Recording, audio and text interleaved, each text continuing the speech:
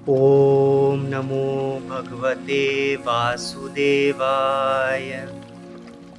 श्रीकृष्ण गोविंद हरे मुरारी, हे नाथ नारायण वासुदेव। 17वां अध्याय।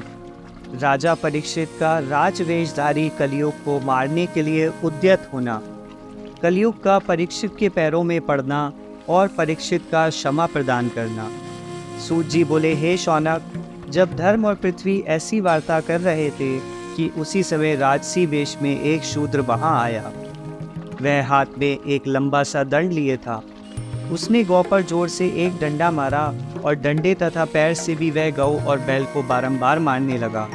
तब वह धर्म रूपी एक पांव का बैल दुखी हो भय से मूत्र करता हुआ आगे बढ़ा और पृथ्वी रूपी गौ भी नेत्रों से अश्रुधार बरसाती हुई शीघ्रता से आगे बढ़ने लगी। इतने में एक सुवर्ण मंडित रथ पर बैठे हुए राजा परीक्षित वहां आ पहुंचे। उन्होंने तड़प कर उस राजा वेशधारी शूद्र से पूछा, मेरे द्वारा संसार की धर्मपूर्वक रक्षा किए जाने पर तू निरपिशाच मूक प्राणियों को इस प्रकार क्यों मार रहा है? क्या तू समझता है कि अब गौरक्षक श्री कृष्ण और महाबली अर्जुन नहीं हैं, तो अब संसार में दूसरा कोई वीर नहीं है? वे दुष्ट, तू मेरे इन तीक्ष्ण बाणों से वध किए जाने के ही योग्य है। ये एक पांव से चलने वाले वृषभ, कहो तुम कौन हो? क्या तुम मुझे कोई संकेत देने के लिए तो नहीं आए हो? और ये चारों चरणों वाली अपनी नेत्रों से अविरल अश्रुपात करने वाली गौ माता, कहो तुम्हें क्या दुख है? मैं तुम्हारे कष्टों को नहीं सहन कर सकता, क्योंकि जिसके राज्य में दुष्ट को दंड ना मिले और दुष्ट सज्जनों को पीड़ित करे, वह उन्मत्त राजा नष्ट हो जाता है।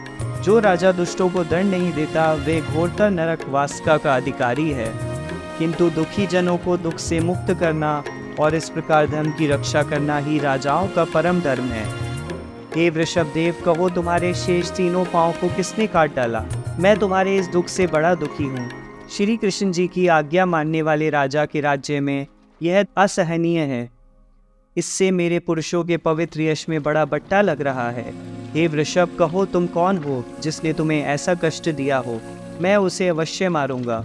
अपराधी को दंड देते हुए मुझे तनिक भी दुख नहीं होगा, क्योंकि उससे तो सज्जनों का ही कल्याण होता है। फिर मेरा कुछ ऐसा स्वभाव भी है कि यदि अपराध करने वाले कोई साक्षात देवता ही क्यों ना हो, परंतु मैं उसे बिना मारे नहीं रहता और पल मात्र में ही मैं उसके वस्त्र आभूषणों से सज्जित शरीर को खंड खंड करके पृथ्वी पर गिरा देता हूँ। राजा परीक्षित ने मुख से ऐसा वचन सुनकर धर्म रूपी वृषभ ने कहा, हे राजन, क्यों ना हो पांडु वंश में उत्पन्न तुम्हारे जैसे धर्मात्मा पुरुषों के लिए यह अभय युक्त वचन कहना योग्य है।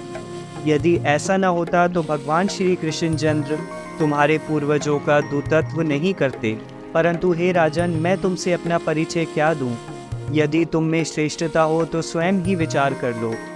देखो, जिस कर्म के करने में शरीर को कसना पड़ता है, जिसे विकल्पवादी लोग आत्मा और कोई कोई उसी को धर्म, कोई स्वभाव, कोई कर्म, कोई प्रभु और कोई मनवाड़ी से अगोचर ईश्वर करते हैं, मैं वही हूँ। इन बातों को विचार कर तब आप ही बतलाइए कि मैं क्या हूँ। सूत जी कहते हैं, जब उस एक पाँव वाले वृषभ ने ऐसा कहा, तब राजा परीक्षित ने मौन होकर कुछ विचार किया और फिर कहा, हे वृषभ, तुम्हारी बात धर्मपूर्ण है, सो कहो तुम बैल का रूप धारण किए धर्म तो नहीं हो, क्योंकि तप, शौच, दया और क्षमा तुम्हारे 4 चरण कहे गए हैं। उनमें गर्व, स्त्री पसंद और मद के इन तीनों अधर्मी अंशों से तुम्हारे 3 पांव तो नष्ट हो गए हैं और आप केवल सत्य रूप तुम्हारा पांव बचा है, जिसे असत्य से बड़ा हुआ यह अधर्म रूपी कालिकाल नष्ट किया चाहता है। परंतु मैं उसे सहन नहीं कर सकता, क्योंकि जिस राजा के राज्य में दुष्ट लोग प्रजाओं को पीड़ित करते हैं, उसका यश, आयु, ऐश्वर्य और सत्कर्म सब कुछ नष्ट हो जाता है। फिर दुखी जनों को सुखी करना राजा का परम धर्म है। इससे प्राणियों को मारने वाले इस दुष्ट को मैं मारूंगा। परंतु तुम्हारे पैरों को किसने काट डाला है? भगवान कृष्ण के अनुव्रती राजाओं के राज्य में ऐसा नहीं होने पावेगा। तब धर्म रूपी वृषभ ने ऐसा कहकर राजा परीक्षित ने गौ रूप पृथ्वी से कहा, हे गौ माता, तुम्हारे दुख को समझ रहा हूँ। कहो तुम इसलिए रो रही हो ना कि अब लोग ब्राह्मणों को ना मानेंगे और मत वाले शूद्र राजाओं से ब्याज से मेरा भोग करेंगे। परंतु अब तुम्हें यह जानकर अपना दुख त्याग देना चाहिए अब महारथी परीक्षित के मारने की इच्छा जानकर राज चिन्हों को छोड़कर भय से विकल हो कलयुग राजा के चरणों पर सिर रखकर दंड के समान गिर पड़ा। तब कलयुग को इस प्रकार पैरों पर गिरते देखकर दयालु राजा को दया आ गई और वे बोले, अब तुम भय ना करो, मैं तुम्हें ना मारूंगा, परंतु देखो अब तुम मेरे राज्य के बाहर हो जाओ, अर्थात तुम मेरे राज्य में किसी प्रकार भी अधर्म ना फैलाओ, क्योंकि तुम अधर्म के बंधु हो। तुम्हारे कारण से तो लोभ, असत्य, चोरी, दुष्टता, पाप, माया, कलह और पाखंड आदि अधर्म के समूह प्राप्त होते हैं। हे अधर्म बंधु, जहाँ सत्य और धर्म वर्तमान हो, जहाँ यज्ञ की विधि से भगवान की पूजा होती हो, उस क्षेत्र में तुम ना जाओ। जिस ब्रह्माव्रत क्षेत्र में यज्ञ मूर्ति भगवान विष्णु की पूजा होती हो, वहाँ तुम वास ना करना। सूत जी कहते हैं कि राजा परीक्षित की ऐसी आज्ञा सुनकर कलयुग कांपने लगा। फिर उसने बड़ा साहस कर हाथ में तलवार उठाए हुए राजा परीक्षित से कहा, हे महाराज, अब मैं चाहे जहाँ भी रहूँगा, परंतु वहाँ मुझे आपका भय बना ही रहेगा और मैं वहाँ सर्वत्र आपको ही धनुष बाढ़ लिए इस प्रकार देखूंगा। अतएव हे धर्मात्माओं में श्रेष्ठ, अब आप मुझसे यह भी स्थान बतलावे कि जहाँ मैं जाकर वास कर सकूं। मैं आपसे यह प्रतिज्ञा करता हूँ कि जहाँ भी रहूँगा आपकी दी हुई आज्ञाओं का पालन करता रहूँगा, उन नियमों को सर्वदा ध्यान में रखूँगा।